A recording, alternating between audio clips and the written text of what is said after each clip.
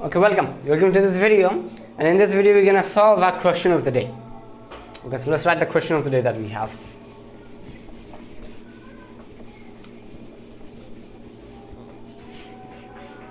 And we're going to solve for the question of the day. So we have 3 or 4 questions. Okay, 4 questions. Question of the day. QOD. First question was, what is cosine? What is y? Okay, y cosine. Okay, so it was y. Y cosine x plus pi over 2 is minus sine x. Why it is true? Why it is this? Then the explanation to this goes to the unit circle. Okay? Let's use the unit circle. Let's old unit circle on the Cartesian plane. And okay, we have the angle pi over 2 plus some angle x. Okay, so the theta here is less than, okay, it's an acute angle. It's less than 90 degrees. Theta here, or x in this case, is an acute angle. Make sense? So, yeah.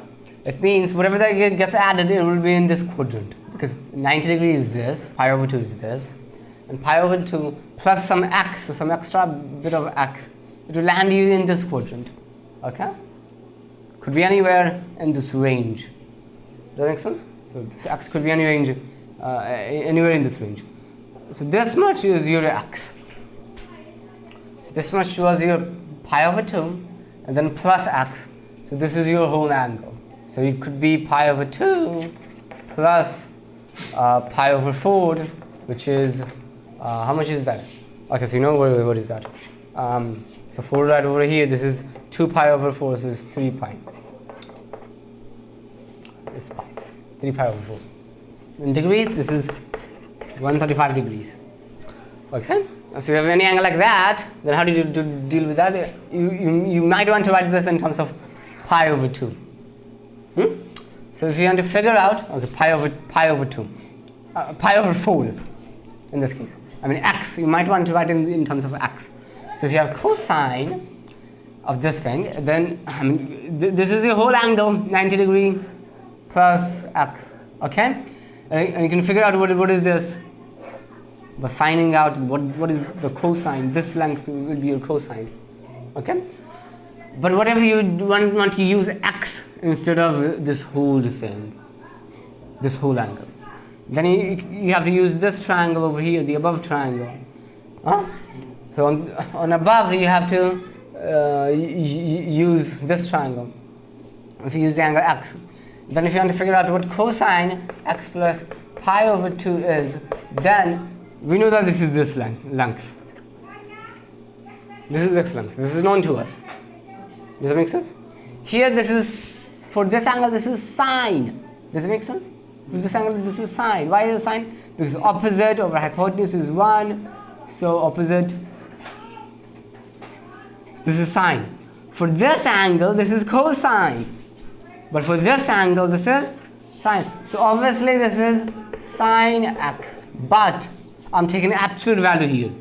When I said for this angle this is sine, I didn't mean this. The notation, the sign is there, plus or minus. That makes sense? I'm taking absolute value. So you have to put the minus sign because this is in minus. They are not equal. I mean, the sine x, this is not equal to sine x. This is equal to minus sine x because I am writing the absolute value of this. Does that make sense? So absolute value of this is equal to, so absolute value of this thing is equal to sine x. If you consider the sine as well, then it is minus sine x.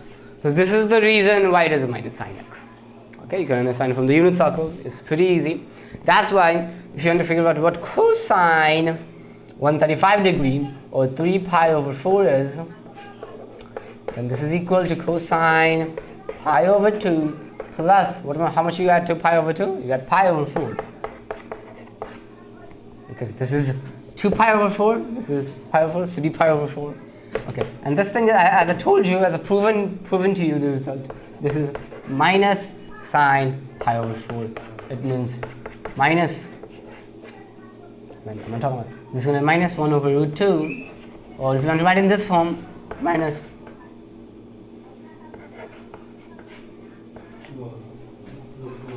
root 2 over 2. You can write it in either form you want. Okay, so this is the explanation. Okay, so the now next question is what's the difference between an identity and an equation? So who can tell? Difference between an identity and an equation. Second question. Difference between identity and equation. Equations. Look, what's the difference? I'll tell you. Equations are true for some values, but not all values. Get this. Equations are true for some values, but not all values. For example, x plus 5 is equal to 7 is true for 2, but it's not true for 3, is it? But identities are basically true for all values. These are true for all values. For example, a basic identity, sine squared a plus cosine squared a is equal to a. Whatever value you put for a, positive, negative, whatever angle you plug in, it's going to be always true. So this is an identity, and every identity is an equation. Can you not say this is an equation because there's an equality sign there? So every identity is an equation, but not all equations are identities. That's the difference. Not all equations are identities, but all identities are equations. Okay, so our third question was, so this is the third question. The height of the building is 400 meters. Then how long does it take for a stone to fall? It's a physics question, but still probably I was given this, okay, so I'm going to solve it. So what do you use? X of t. Okay, X of t represents the height right now. If the height is 400 meters, how long does it take for a stone to fall? Then X of t, there is an equation that it is equal to x naught. X of t is the height. X naught is where it has started from. X naught plus v naught t. V naught is this initial velocity. So if it is moving at the velocity of, let's say, 2 meters per second, then in 5 seconds it travels 10 meters. Everybody agrees? Till here, does everybody agree? If an object is moving at 2 meters per second, then at 5 seconds it travels for 10 meters. It travels for 10 meters. It means if you multiply them, you're gonna get how much does it travel. So how much does it travel? With this v naught t. X naught is where it initially was, because if you want to know where it ended up, you have to add this x naught plus v naught t. And there is an extra factor of acceleration. Acceleration as well, because we're talking about gravity. So gravitational acceleration is there. So half gt square, or at square. Okay. So where is this coming from? I have to teach you the whole thing. You can also understand this from calculus, from integration. Okay, but I'm not going to do that. So we're going to just digest that this is a formula that we are taught. This may be taught to you by using lines, and the area under that will be the distance traveled. It could be done that way as well. So x of t, so you have to travel 400 meters. initial position, we start at 0. Don't care about this x or t. V naught t. So what is your initial velocity? When you drop an object, then its initial velocity is 0, obviously. It doesn't have any initial velocity. So these two terms get to 0. So half, what's the gravitational acceleration? Yes, minus, I'm going to use 10, not 9.8. Approximate value. Okay? And then t squared. Let's find what t will be. Okay? So, yeah, the height of the building is 400. Okay? And one more thing, this will be negative. Why this will be negative? Because I've chosen the scale.